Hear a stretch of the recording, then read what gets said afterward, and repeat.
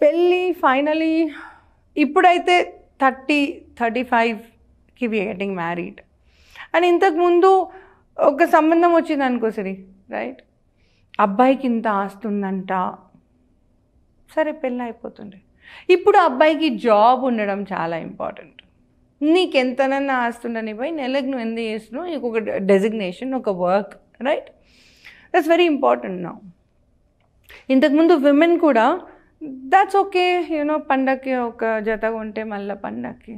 ఇప్పుడు అట్లా కాదు right. We are using so many clothes we are just use to doing this now right. So ఒక్క సంపాదన మీద అంటే ఇల్లు కదలట్లేదు. So what's happening and end of the day అమ్మాయి కూడా చదవాలి, అమ్మాయి కూడా జాబ్ చేయాలి.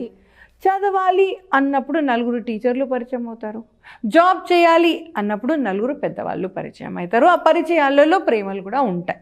ఆ యాక్సెప్టెన్స్ లెవెల్ అనేది ఉంచుకోవాలి నువ్వు.